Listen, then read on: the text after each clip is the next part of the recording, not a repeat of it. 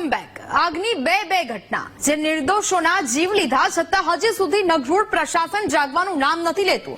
એવામાં હવે જનતાની આંખો ખુલી છે અને શહેરના રંગોલી પાર્કમાં આવેલા ગુજરાત હાઉસિંગ બોર્ડ અંતર્ગત બનેલા દીનદયાલ નગર આવાસના રહીશોએ પત્ર લખ્યો છે।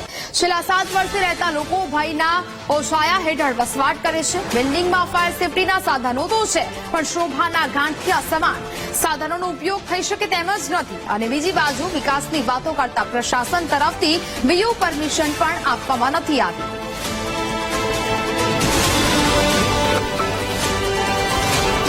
ઘણી વખતે લખવામાં આવ્યું છે બીયુ પરમિશન નથી, બીયુ પરમિશન છે એટલે કે કન્ડિશનલી છે, બીયુ પરમિશન કન્ડિશનલી છે।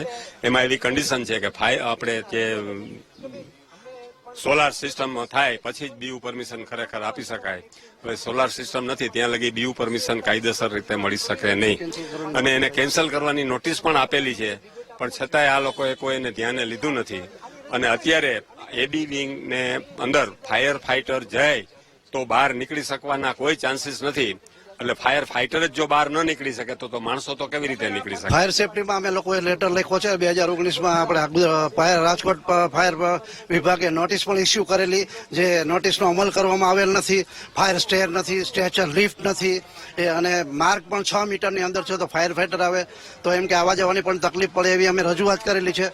એવી જ રીતે એબી બિલ્ડિંગમાં ત્યાં પણ એક જ ગેટ છે। હવે ફાયર ફાઈટર જાય ખરું આગ લાગે ત્યારે બહાર નીકળવા માટે કોઈ બીજો રસ્તો નથી। 2 રસ્તા એટલી હોવો જોઈએ કે અહીંથી ઘૂસે તો આમ બહાર નીકળી શકે, એ પણ વ્યવસ્થા નથી। 14 માળની બિલ્ડિંગ છે, 5000 લોકો અહીં વસવાટ કરે છે અને 1164 ફ્લેટ ધારકો રહીએ છીએ અમે। તો જવાબદાર જેને બનાવ્યું છે હાઉસિંગ બોર્ડે એની જવાબદારી છે। આજે અમારે જે વિંગ પછી વળવું હોય તો ગાડી નથી વળી શકતી, 4 વ્હીલ નથી વળી શકતી।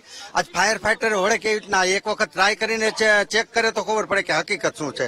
અને જે કઈ નિયમ બનાવ્યા છે, સરકારે નિયમ બનાવ્યા એ પ્રમાણેનું આમાં કોઈ આયોજન છે નહીં, પાણીનું નથી, ઘણી વ્યવસ્થા, ઘણી પ્રોબ્લેમ છે, પાર્કિંગના પ્રોબ્લેમ છે, ઘણા અમારા પ્રોબ્લેમ છે।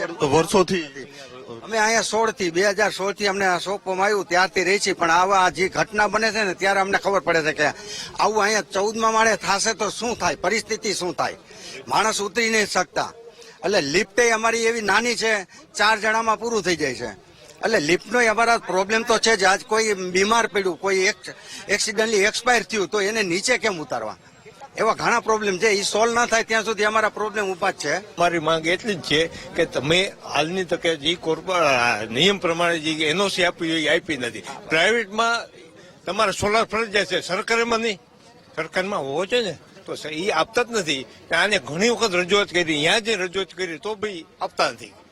કોઈ માંગણી શું છે તમારી? માંગણી એક તો જીયુ આપવું જોઈએ, પહેલા તમારે જીયુ પરમિશન આપવી જોઈએ અને સોલાર નાખો તો જ આપે। સરકાર નિયમ એવો છે કે રૂડાવાળાએ કીધું કે તમે જઈએ સોલાર નાખો ત્યાર પછી અમે આપીએ, આ કોઈ આપ નાખતા નિયમ પ્રમાણે જે અમને મળવું જોઈએ એ મળ્યું નથી। અમારી માંગણી એક જ છે કે અમને નિયમ પ્રમાણે મળે। રૂડાના નિયમ પ્રમાણે જે થવું જોઈએ, સરકાર પોતે તો નિયમ બનાવે છે અને પોતાની જે યોજનાઓ છે એ નિયમની અમલવારી કરતી નથી। તો આ નિયમો શું પ્રાઇવેટ બિલ્ડરોને જ લાગુ પડે છે, ગવર્મેન્ટને લાગુ નથી પડતા? એ સૌથી મોટો પ્રશ્ન છે।